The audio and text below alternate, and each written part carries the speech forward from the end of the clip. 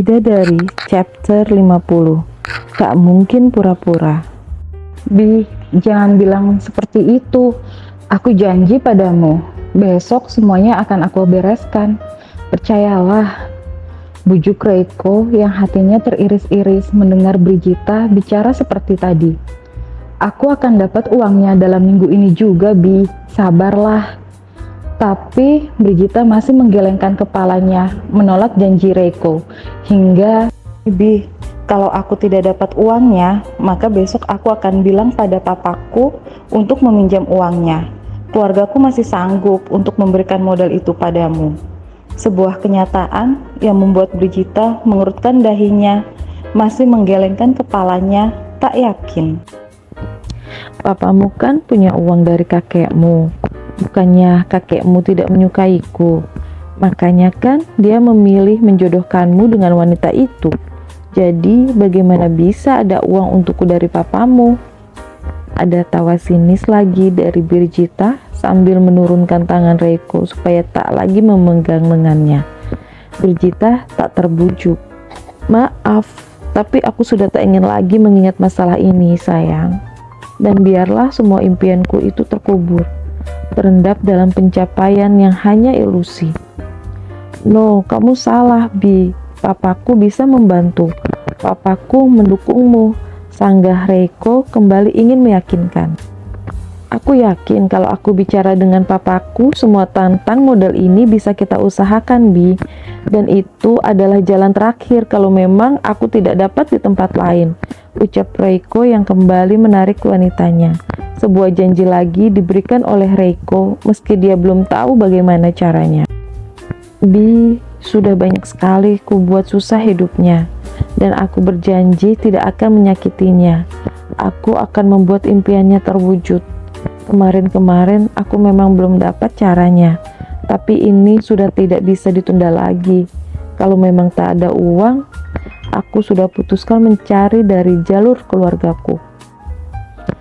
Entahlah nanti seperti apa pria itu berusaha, tapi yang pasti mata Reiko saat ini sudah menunjukkan bahwa dirinya akan bersungguh-sungguh untuk mewujudkan impian dari wanita yang sangat dicintainya itu.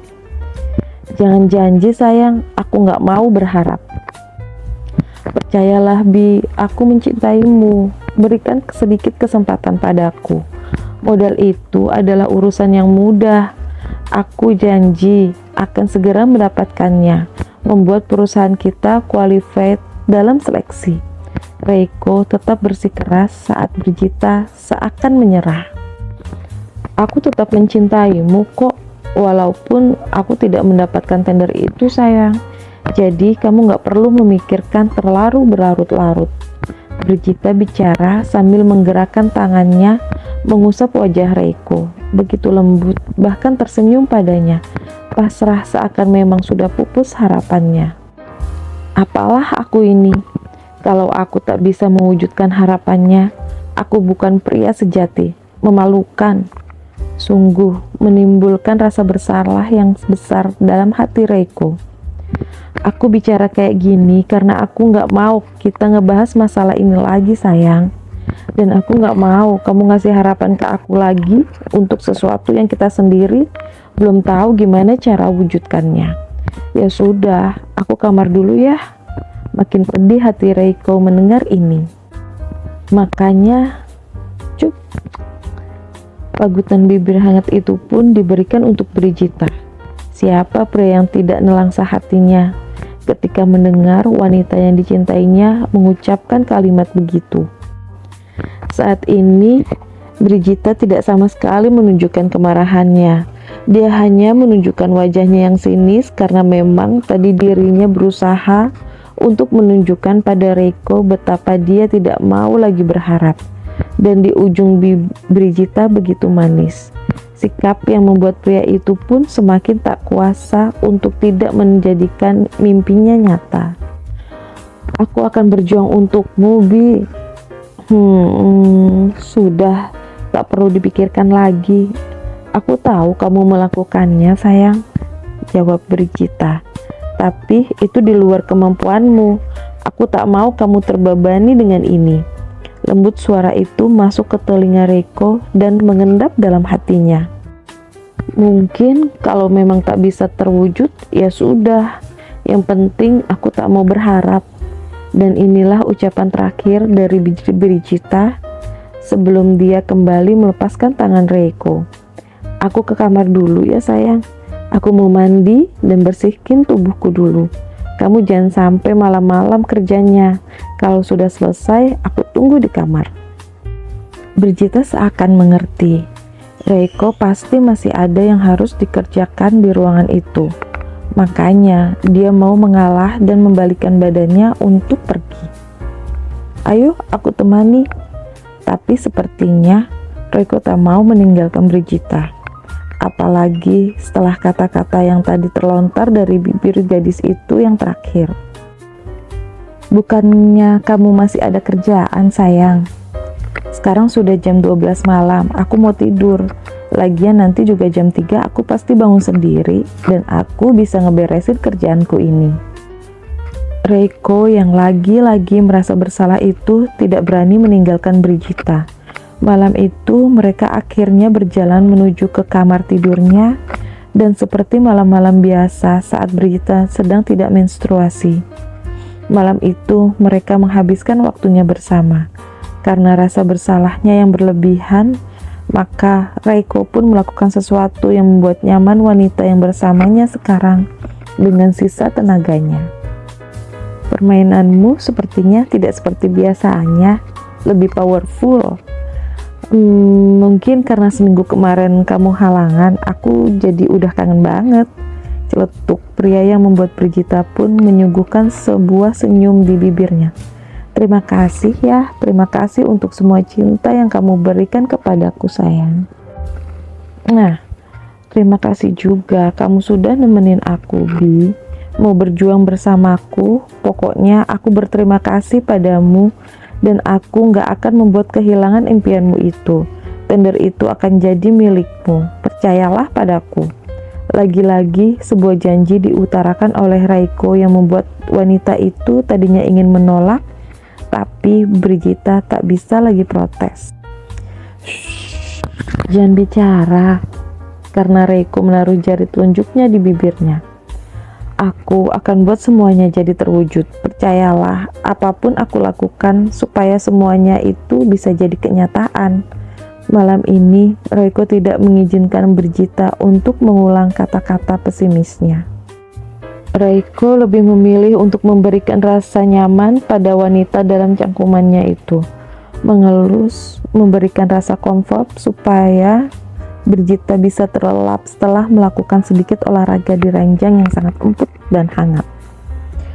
Aku tak tahu apa dia akan berhasil mendapatkan uang itu atau tidak, tapi setidaknya aku lihat ini lebih baik daripada aku bicara dengannya dan mengingatkan dengan cara yang keras. Dan dalam dekapan Reiko ada kata-kata itu terulai dalam relung hati Brigita. Tapi aku bisa melihat bagaimana kau merasa bersalah padaku. Baiklah, kita lihat besok apa kau akan mendapatkan modalnya atau tidak. Dan itu adalah gunggaman di dalam hati Brigita sebelum dirinya menutup mata. Entahlah apa yang sedang direncanakan Brigita, tapi apa yang harus aku lakukan untuk mencari modalnya? Cenut-cenut kepala Reiko. Tapi aku sudah berjanji untuk membuat semua impiannya itu terwujud. Bi, kau jangan takut. Kau punya aku untuk selalu membantumu, dan aku akan selalu ada untukmu membuat mimpimu jadi nyata. Dan itu pula lah yang dibisikkan Reiko di hatinya. Memikirkan Brigita membuat dirinya benar-benar merasa bersalah. Bahkan tidurnya pun tidak tenang. Sampai mimpi pun aku bermimpi sedang mencari modal. Dan inilah yang digerutukan Reiko saat dirinya bangun pas di jam 3. Cenut-cenut dan kembali stres dengan tuntutan pada dirinya sendiri. Aku sudah gak bisa tidur lagi. Keluh Reiko yang sebenarnya masih ingin memanjakan dirinya di ranjang hangat memeluk tambatan hatinya. Tapi jadwal tidurnya memang seperti ini. Walau dirinya selelah apapun, di jam biologisnya matanya sudah tak bisa terpejam lagi. Bi, Entah apa yang ada dalam benak Reiko. Tapi saat dirinya melihat Brigita sedang tidur dalam senyum di bibirnya, "Aku tidak akan membuat dirimu sedih lagi. Aku akan mewujudkan semuanya." Itulah ucapan dalam hatinya sebelum dia bangun dari tempat tidur untuk membersihkan tubuhnya, mengganti pakaian, dan kembali ke ruang kerjanya seperti biasa. Yang pasti sekarang sudah waktunya Reiko bekerja lagi. Jadi setelah ada di ruang kerjanya, maka Reiko fokus pada pekerjaannya saja. Sampai Reiko menghempaskan nafas lega. Setelah semua pekerjaannya selesai, barulah dia bisa bersandar di ergonomics chair-nya. Semuanya beres. Tak masalah untuk Aurora Corps dan laporan untuk Raihan. Reiko menatap layar laptopnya, ada lega dan ada cemas. Hanya tinggal masalah modal. Aku akan pikirkan cara untuk ini. Itu adalah ucapannya sebelum dia keluar dari ruang kerjanya, mencoba melepaskan sedikit rasa stresnya. Reiko ingin tenang dan berpikir jernih dulu. Dan seperti biasa juga dari lantai atas itu, sepertinya aku mulai yakin kalau memang dia memiliki jam biologi sama sepertiku. Reiko melirik sesuatu sambil bergumam. Bangun di jam segini seperti yang dia katakan untuk beribadah dulu dan menyiapkan sarapan. Reiko memang awalnya berpikir kalau Aida hanya berpura-pura saja bangun pagi. Mungkin kakeknya membocorkan kebiasaan Reiko bangun jam 3. Tapi, adakah orang yang mampu berpura-pura untuk bangun di waktu yang sama selama sebulan penuh, bahkan lebih kalau bukan kebiasaan yang sudah dipupuk sebelumnya? Tidak ada. Mungkin seseorang bisa melakukannya hanya dalam 1 sampai dengan 3 hari. Tapi lebih dari itu maka sulit. Bahkan Brigita yang tahu kebiasaan Reiko ini tak tertarik untuk melakukannya juga. Wanita itu sepertinya hidupnya hanya lurus-lurus saja setiap hari. Aku perhatikan juga kalau dia beberes rumah dan melakukan segala macam urusannya di sini seperti sudah terjadwal rapi. Tidak hidup dengan penuh stres seperti diriku ataupun Brigita yang berpikir tentang karir masa depan kami. Reiko geleng-geleng kepala. Emang dasar orang kampung, cuma mikir sesuatu yang sempit. Apa dia tidak memikirkan untuk hidup di masa depannya seperti apa? Entahlah, tak jelas kenapa Reiko berpikir begitu.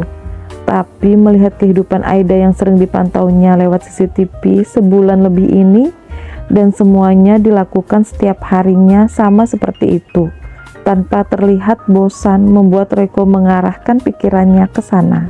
Sekalian sajalah aku turun dulu ke bawah dan ambil makanan yang dia buat. Mau masak apa dia pagi ini? Setiap hari menunya selalu aneh-aneh. Ya, aneh untuk orang desa mungkin, tapi tidak untukku.